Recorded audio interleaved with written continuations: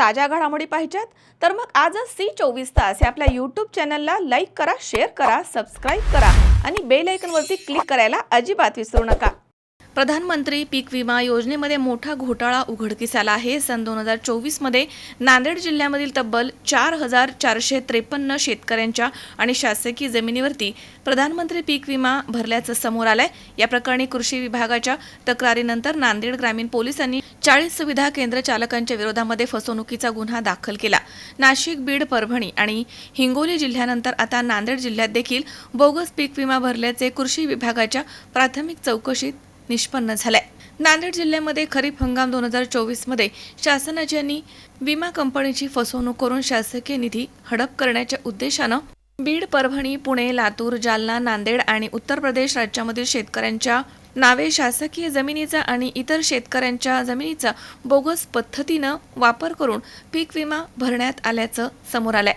कृषी विभागाच्या तक्रारीवरून 40 सुविधा केंद्र चालकांच्या विरोधामध्ये नांदेडच्या ग्रामीण पोलीस ठाण्यामध्ये फसवणुकीचा गुन्हा दाखल करण्यात आला। नांदेड जिल्ह्यामध्ये 4453 शेतकऱ्यांच्या नावे आणि इतर शासकीय जमिनीवरती शेतकऱ्यांच्या जमिनीवर नांदेड आणि इतर जिल्ह्यामधील शेतकऱ्यांच्या जमिनीवर बोगस पद्धतीनं पीक विमा काढण्यात आला होता। याबाबत विमा कंपनीनं कृषी विभागाला माहिती दिली होती। त्या अनुषंगानं तातडीनं जिल्हास्तरीय पीक विमा आढावा समितीची बैठक घेऊन जिल्हाधिकारी राहुल कर्डिले यांच्या मार्गदर्शनाखाली कृषी विभागामार्फत नांदेड ग्रामीण पोलीस ठाण्यामध्ये CSC सुविधा केंद्र चालकांच्या विरोधात 1 जुलै रोजी गुन्हा दाखल करण्यात आलाय, अशी माहिती दत्तकुमार कळसाईत, जिल्हा अधीक्षक कृषी अधिकारी नांदेड यांनी दिली आहे। या प्रकरणी कृषी अधिकारी माधव चामे यांच्या तक्रारीवरून 40 CSC सुविधा केंद्र चालकांच्या विरोधामध्ये फसवणुकीचा गुन्हा दाखल करण्यात आलाय।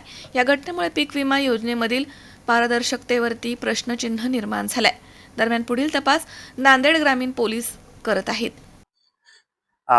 कृषी विभाग आणि युनायटेड इंडिया इन्शुरन्स कंपनी मार्फत आपण मागील 2 वर्षांमध्ये आपल्या जिल्ह्यामध्ये प्रधानमंत्री पीक विमा योजना राबवली।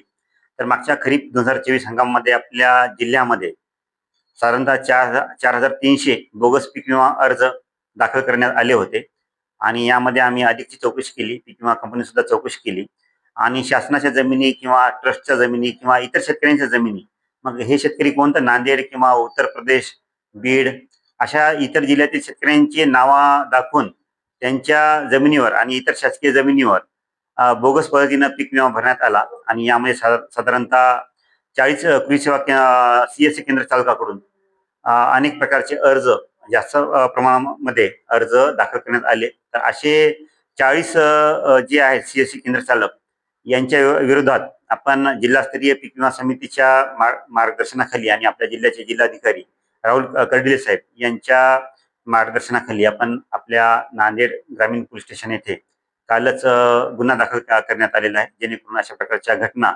भविष्यात घडू। मजहर शेख, C24 तास, नांदेड। ताज्या घडामोडी पाहिजेत तर मग C24 या आपल्या YouTube चॅनलला लाईक करा, शेअर करा, सबस्क्राइब करा आणि बेल आयकॉनवरती क्लिक करायला विसरू नका। पावसाळ्यामध्ये विजेचा लपंडाव, मग चिंता कशाला करताय? आता अंधाराला करा बाय बाय।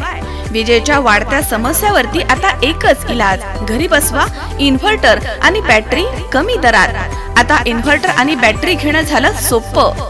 बजाज फायनान्स देतोय 0 डाऊन पेमेंट आणि 0 व्याज दरावर बॅटरी इन्व्हर्टर। सर्व प्रकारच्या इलेक्ट्रॉनिक वस्तू मिळवण्याचं एकमेव ठिकाण साईराम इलेक्ट्रॉनिक्स अँड बॅटरीज, खरेदी विक्री संघ, व्यापारी संकुल, Nagar Manmad road, Rahuri. Sairam hospital test tube baby centre. मी डॉक्टर स्वप्नील माने, स्त्रीरोग, वंध्यत्व व दुर्बीणद्वारे शस्त्रक्रिया तज्ज्ञ। आमच्याकडे दुर्बीणद्वारे शस्त्रक्रियेसाठी लागणारे सर्व अत्याधुनिक उपकरणं अवेलेबल आहेत।